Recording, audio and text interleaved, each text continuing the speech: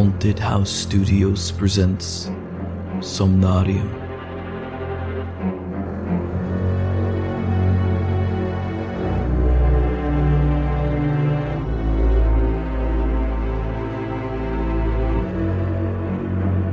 Episode 18. Rinse and Repeat.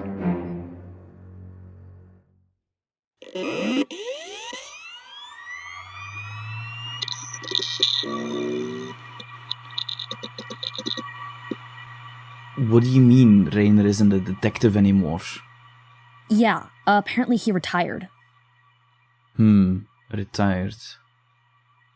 How did you figure that out anyway? Did you hack into the Northern Police Department? Oh, it was simple really. I got my laptop out, connected to my secure network. And then what? Did you use some kind of web exploit to get past their firewall and access the database? Well, it took a little brain power, but I aligned my arrays. Yeah? I calibrated the flux capacitor. Oh, come on, Maddie. And then Maddie! I picked up the phone and asked for Detective Rainer, you idiot. I really had you going there, didn't I? Did they say anything else? Not really. They deflected all the other questions I asked. Great. Another dead end. For now. I'll keep digging. We're bound to find something meaningful at some point. I guess. I'll be in the other room, so you can do your thing. Don't you want to read another one? No, thank you.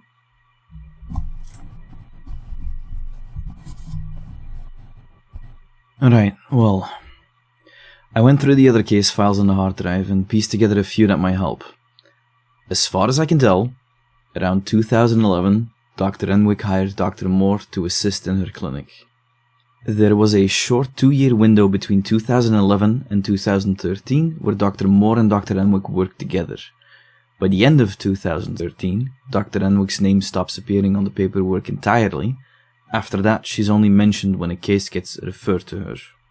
Anyway, this is the earliest Dr. Moore case I could find. Case of Catherine Hodgson, first seen by Dr. Paul Moore on January 13, 2011, for insomnia, recurring nightmares, and an increasing obsession with germs and cleanliness.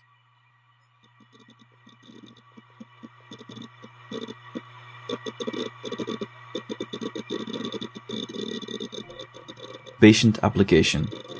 Applicant, Catherine Hodgson. Date, January 6, 2011. Referral, Dr. Redacted. Dr. Renwyck. My doctor told me I had to write this out if I wanted your office to consider seeing me. Apparently you come highly recommended. Before I explain anything, I want to make one thing very clear. I'm not writing because I think there is something seriously wrong with me. I'm writing because my doctor thinks there is, and I should seek treatment. She has started using words like obsessive and compulsive, and at my last appointment she even mentioned OCD, which I just think is completely excessive. I'm not writing this because I believe I have some kind of disorder. I'm writing because I'm tired of having the same argument with her, and because, apparently, this is what I have to do in order to get her to believe me. I don't think there's anything abnormal about wanting things to be clean. If anything, I think other people aren't clean enough. They touch everything. They never think about where their hands have been. They cough into them, wipe their noses, touch shared surfaces, and then act as if everyone else should be comfortable living in the mess they leave behind. I didn't always think about it this much. At least, not until a few months ago. I had a minor surgical procedure done. It was routine. I was told it was straightforward and that recovery should be simple as long as I followed the aftercare instructions properly. Keep the area clean, wash your hands before touching the bandage, watch for signs of infection. That sort of thing. I did what I was told, I was careful, and still I ended up with an infection. It wasn't severe enough to put me back in the hospital, but it was still painful and unpleasant, and it dragged the whole recovery out much longer than it should have. I had to go back in, I had to deal with antibiotics, I had to deal with the discomfort of knowing that even after doing what I was supposed to do, it still happened. That changed how I think about hygiene. Not immediately, of course. I was just more careful after that. That's the part my doctor doesn't seem to understand. She talks as if this came out of nowhere, but it didn't. I got an infection, it hurt, it made my recovery much more difficult than it needed to be. I just don't want to go through something like that again. So yes, after that, I paid more attention. I washed my hands more often. I thought more carefully about what I touched. I stopped assuming that shared surfaces were probably fine. I don't think any of that is irrational. The problem, according to my doctor, is that it has gradually gotten harder for me to stop once I start thinking about contamination. She says that's where it stops being careful and starts becoming obsessive. I still think that's unfair, but I will admit that it has become difficult to manage. I work in an office, and once I started noticing how careless people are, it became hard not to pay attention to it all the time. People come in sick and say it's just a cold. They touch the copier, the printer, the office phone, the kettle, the fridge handle, the water dispenser, everything. Then someone passes you a document or a pen and expects you to take it without thinking about where it's been. I used to be able to do that. Now I can't do it without thinking about it. I wash my hands a lot more than I used to. I definitely do. A lot more. At first it was only after obvious things. Using the restroom, handling shared equipment, coming back from lunch. Then it became other things. Touching the lift button, opening the main office door, using the photocopier, handling mail that had passed through several hands already. It looks so silly now that I've written it down, but it isn't. The problem is that washing them once doesn't always feel like it's enough. That's what I've tried to explain to my doctor, and it's the part she keeps fixating on. I'll wash my hands, then notice I touch the tap again after rinsing, or I touch the paper towel dispenser, or the door handle on the way out, or I think about the sink itself and wonder whether some of the water splashed back onto my hands. Then I go back and do it again. Rinse and repeat. That's the phrase I keep thinking of. Rinse and repeat. I know how stupid that sounds, but that's what it feels like. A loop. A never-ending loop of washing and rinsing and washing and rinsing. I wash, then realize something in the process wasn't thorough enough, and wash again. I'm not doing this because I enjoy it. On the contrary, I don't enjoy any of this. I do it because once the thought gets into my head, it's very hard to think about anything other than contamination. It's gotten so bad that it started causing problems at work. I lose time, I gotta wash my hands and miss a phone call. I clean my desk more than once a day, I wipe down my phone, and I avoid using other people's pens if I can help it. I've stopped shaking hands with anyone except my bosses, and even then, I carry a bottle of hand disinfectant just in case. A coworker made a joke last week about me polishing the office one surface at a time. I laughed, but I knew what she meant. People have noticed. They have for a while. My doctor says that if it was only about being clean, it wouldn't be interfering with my work this much. She says that repetition is the problem. She says I'm not getting reassurance from it anymore, only temporary relief. Like an addiction. A compulsion. At least, that's what she says. The other reason she referred me is because I'm not sleeping properly anymore. At night, I lie awake thinking about what I touched during the day, whether I washed enough afterwards, whether I might have touched my face without thinking, whether my hands were really clean when I got into bed, whether the sheets are clean enough, whether I should get up and wash again just to make sure. I've done that more than once. Gotten out of bed, gone into the bathroom, washed my hands, stood there looking at them, then did it a second time because the first time didn't feel like enough. Rinse and repeat. I think I learned a lesson from what happened after that procedure, and I think the people around me act as if cleanliness only matters when something has already gone wrong. I just don't want something to go wrong again, but I also can't deny that this has gotten bigger than I meant it to. It's taken up more of my time, it's affecting my work, it's affecting my sleep, It's exhausting. So that's why I'm writing to you. To get control of this again. Sincerely, Catherine Hodgson.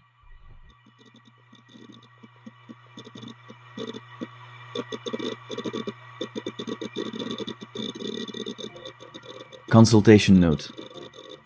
Patient, Catherine Hodgson. Date, January 13th, 2011. Subject, initial consultation.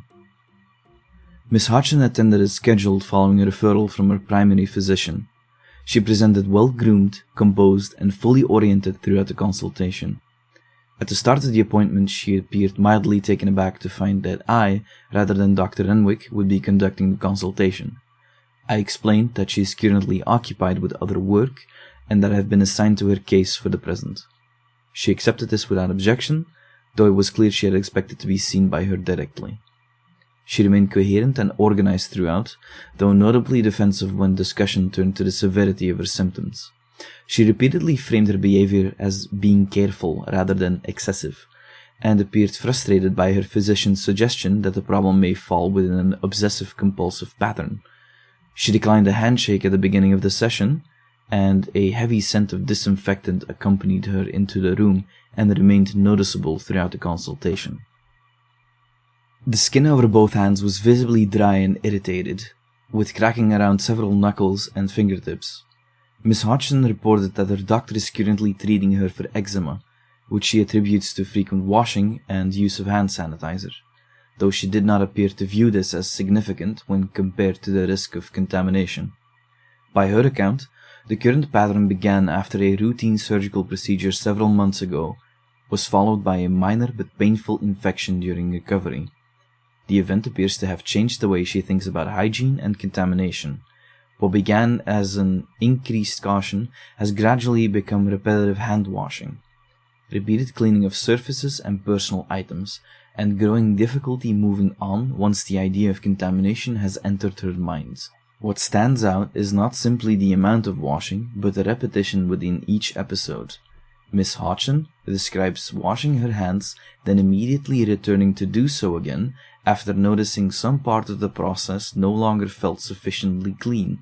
Relief appears brief and incomplete. She seems to be unable to let go of the uncertainty of contamination once it enters her mind. This pattern is now interfering with work and sleep. She reports losing time during the day to repeated washing and cleaning, and lying awake at night replaying perceived contamination from earlier in the day. On several occasions, she has gotten out of bed to wash her hands again before being able to settle. Plan is to begin with measurement and structure. I asked Miss Hodgson to keep a daily record of hand-washing episodes, approximate totals, their triggers, and whether she repeated the act more than once. I also advised her to begin delaying any non-essential washing, even briefly, in order to better distinguish actual contamination from pattern obsessiveness. Given the condition of her hands, I further recommended reducing chemical exposure where possible and continuing eczema treatment as prescribed by her physician. Follow-up scheduled in 2 weeks.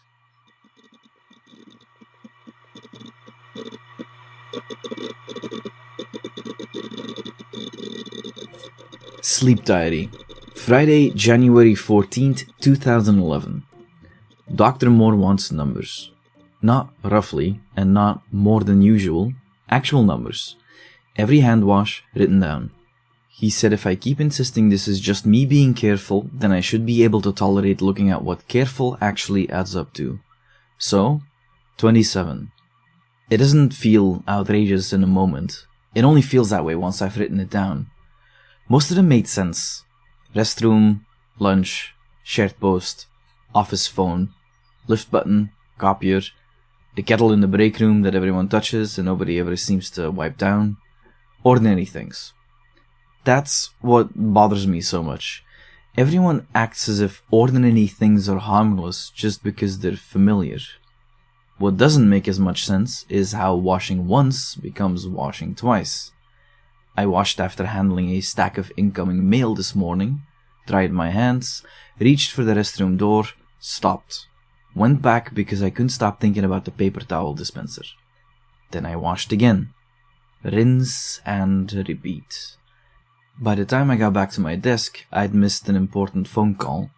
No one said anything, but Sandra gave me that look when I came back to my desk. The one that says she noticed, even if she was too polite to comment on it. My hands are already starting to sting again, especially around the knuckles. The cream helps for a little while, then I wash it off and I'm back where I started. I didn't sleep well last night. Woke up once around 3 and lay there thinking about whether my hands had actually been clean when I got into bed. I got up and washed them again. I almost didn't count that one, but if I'm counting, I should count.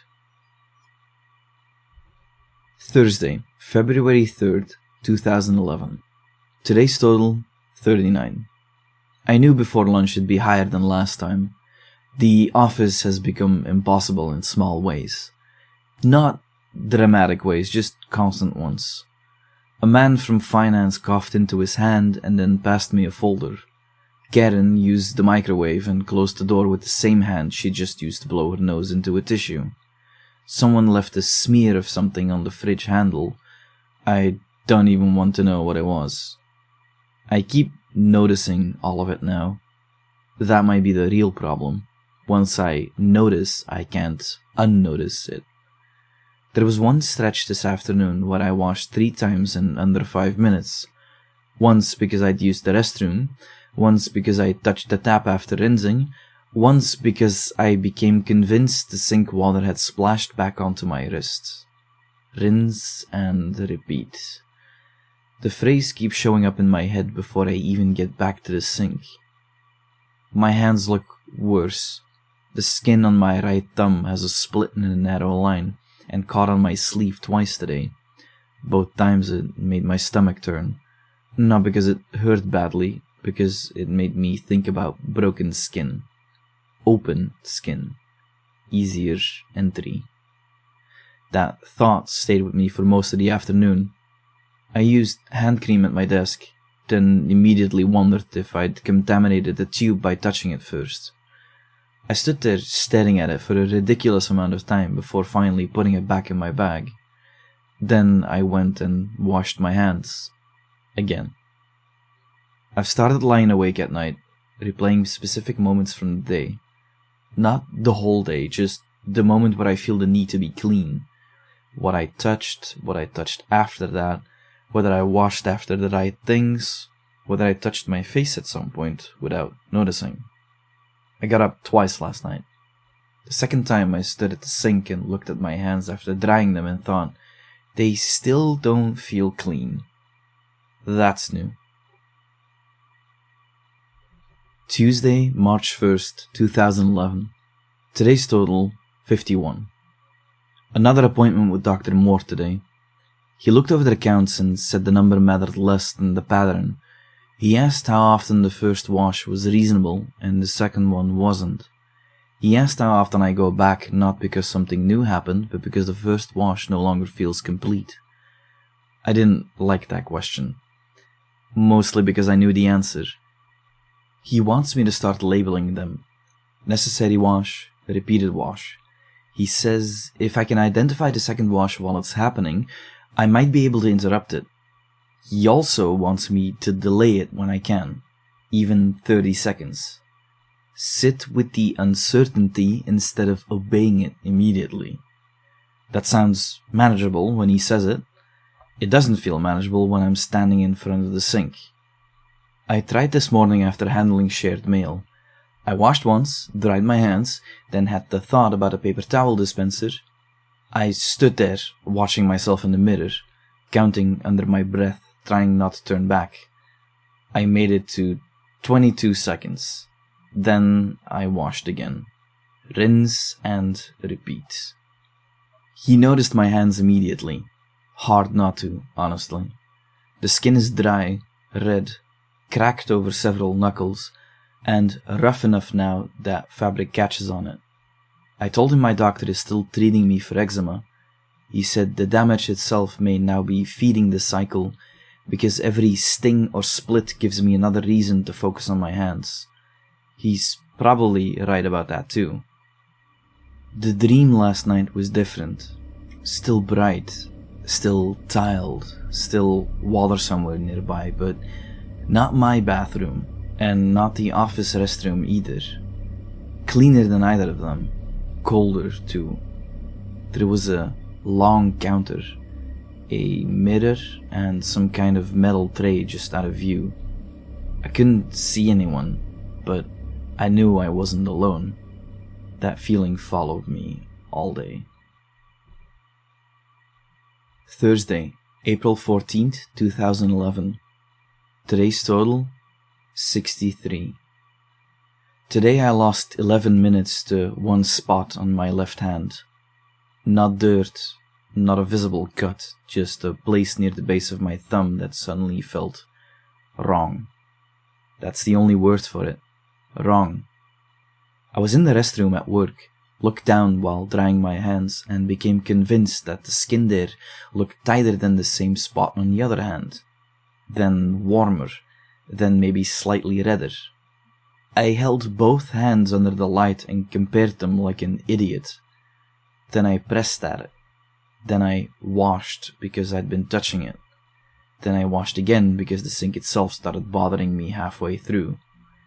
Rinse and repeat. It took me longer than I want to admit to pull myself out of that one. I saw Dr. Moore earlier this week and told him the dreams were getting clearer. He asked if there was anything particular about them now. I said, not exactly.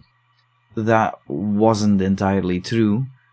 Last night there was definitely someone there. I couldn't see his face properly, but I saw the edge of a pale coat and a gloved hand resting near the metal tray. I was standing at a sink, washing again and again, and he said, very calmly, "You've already cleaned the surface." Then I woke up. I've been thinking about that line all day. Why did he say surface? The rest of the day was bad in small ways. I wiped down my desk twice, avoided using the office stapler, missed part of lunch because I couldn't stop thinking about the fridge handle. My coworkers have stopped handing me things directly if they can help it. They just put them down and let me pick them up myself. I should probably be grateful. My hands hurt more now than they used to. Not sharp pain all the time, just constant soreness and the occasional sting when soap gets into the splits. The cream helps, but not enough. Nothing feels like enough anymore. I just wanted to stop, but I can't. Thursday, August 11th, 2011. Today's total, 84. I didn't think it would get this high. It's an absurd number, and it feels like I spent more time of my day washing my hands than doing anything else. At this point, the day feels divided into before and after each wash. Before touching something, after touching it. Before food, after the food. Before answering the phone, after hanging up. Before bed, after the bedside lamp. Before putting cream on my hands, after touching the tube. Rinse and repeat. The phrase doesn't even sound absurd to me anymore. It sounds accurate. The dreams have become the clearest part of all this. Same room now, nearly every time. Bright light, white tile, stainless steel, water running, the chair, the tray, and him. I still haven't seen his face fully. I don't want to, but he's there now from the start, standing just beside me in a pale coat, calm in a way that makes my stomach drop, always watching. Last night he took my hand and turned it under the light. He touched one of the cracks near my thumb and said, "You keep rinsing what can be seen." Then he pressed slightly lower into the flesh beneath it and said, "The affected part is deeper." I woke up with my hand clenched against my chest. I kept hearing that same line in my head. The affected part is deeper. Today, that same place on my hand felt hot again. It almost felt infected, slightly swollen, wrong in a way I couldn't stop thinking about. I spent most of my lunch break in the restroom, pressing around it and comparing it to the other hand. Then I washed. Then again, because touching it made me think I'd spread something. Rinse and repeat. Tuesday, November 29th, 2011. Today's total is... It doesn't matter. I stopped counting after I reached yesterday's count. It feels so pointless now. At some point, this stopped being caution and became procedure. Rinse and repeat. I had an appointment with Dr. Moore last week. He was careful with his wording, but I could tell he thinks this is moving beyond him. He asked more about the dreams than before. Asked me to describe the room again. Asked whether the figure had said anything new. Asked whether the fixation on my hands was still only about contamination, or whether it now felt more specific than that. I didn't answer him properly, but I should have. Today, the skin at the base of my left thumb felt wrong again. Tight, warm, occupied. I know that's not a medical word, but that's the only way I can describe it. I spent half my lunch break under the restroom light, stretching the skin, pressing around the area, looking for some sign I could point to. Something objective. Some reason the feeling made sense. Then I washed. And then again. Then sanitizer because the second wash didn't settle it. Then water again because the sanitizer felt like residue. Rinse and repeat.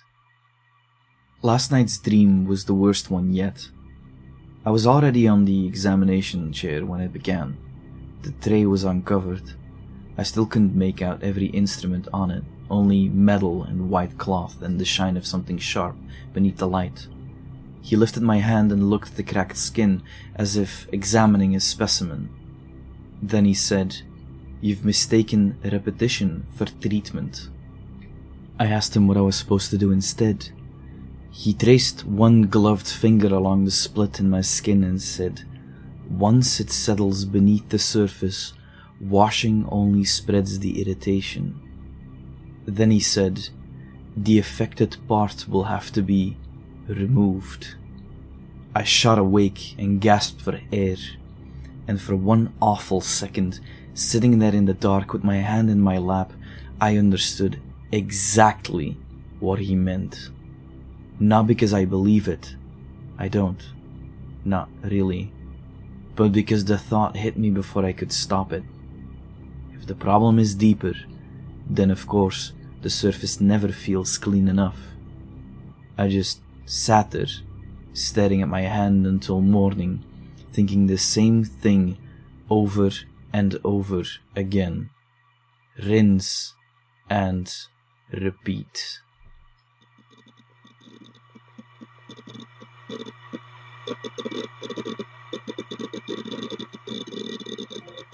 Patient Record Addendum. Patient Catherine Hodgson. Date December 6th, 2011. Subject Follow-up summary. Transfer of care to Dr. Renwyck. Miss Hodgson has remained under my care for several months following her initial consultation in January of this year. During that time, I have tried to treat the problem as a severe contamination-based compulsive pattern, with particular attention to the way one act of washing immediately gives rise to the next. The aim was to reduce repetition, increase her tolerance for uncertainty, and restore some sense of proportion to the behavior. If anything, it has gotten much worse. Over the course of treatment, her hand washing has continued to increase rather than settle. The damage to her hands is now difficult to ignore. Both are visibly irritated with cracked skin, soreness, and repeated flare-ups made worse by constant washing and disinfectant use. Her primary physician has continued to treating the eczema, but the underlying behavior has made any real improvement difficult to maintain. Just as concerning is the way her thinking around contamination has changed. Early in treatment, her fear centered on surfaces, shared objects, and the spread of germs through contact. More recently, that fear has shifted inward. Miss Hodgson now speaks less about what is on her hands and more about what already may be beneath the skin. Washing no longer seems to function as an attempt to clean. It has become an attempt to correct something she increasingly experiences as already wrong. At her most recent review, she disclosed that after waking from one of these recurring dreams, she took a steel cleaning brush to the back of one hand in an effort to, in her words, get to the infection. The injury did not require stitches, but it was severe enough to require bandages. Most striking was the way she described the act, not as self-harm, not as panic, but as something that briefly felt necessary. Her dream material has also become more specific. What she first described as a bright, tiled clinical room has, in later discussion, been identified more clearly as a dentist's office. She described the reclining chair, the tray of instruments, and a male figure in clinical attire who repeatedly tells her that she has only cleaned the surface and that the affected part lies deeper and must be removed. Given that development, and given the persistence of the pattern despite treatment, I am transferring Miss Hodgson to Dr. Renwyck for further evaluation and continued care. Case transferred.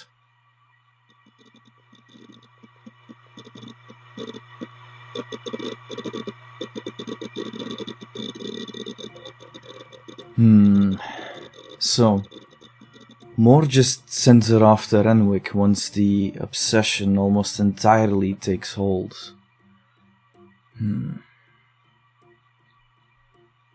He did mention in the previous file that Renwyck gave him very specific conditions for referrals. But was he aware of this from the start? Or was he... Holy shit, how long have you been standing there? A while. Don't sneak up on me like that, please. Master of hacking and master of stealth. Oh yeah. Anyway, you were saying? Yeah, so Moore transfers Catherine to Renwyck right after she mentions the dentist's office dream. Dr. Bryan? Maybe. Or maybe Moore was new, saw something that matched whatever criteria Renwyck gave him, and checked the box. Alex, please tell me you don't still believe in coincidences.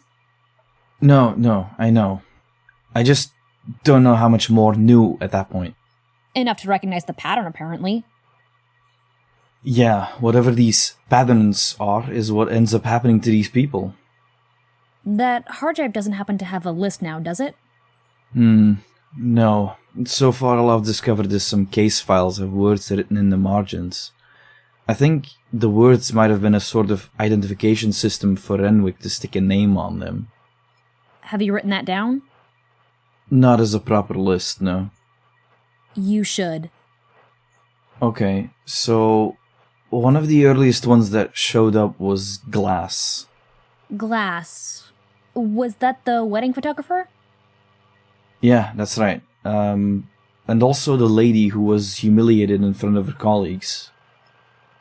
And then there's the cases that mention Dr. Bryan. The margins had notes like teeth and extraction. And we know from the lawyer's case that this Dr. Bryan is some kind of dentist. Right. And then there's this file that was marked dangerous and avoid. Alex? I think one of the words on there was broadcast. Alex, the static. And then there's the one about the lady whose husband went missing. Alex! What? Turn it off! Huh? Why? Turn off the hard drive! Shit.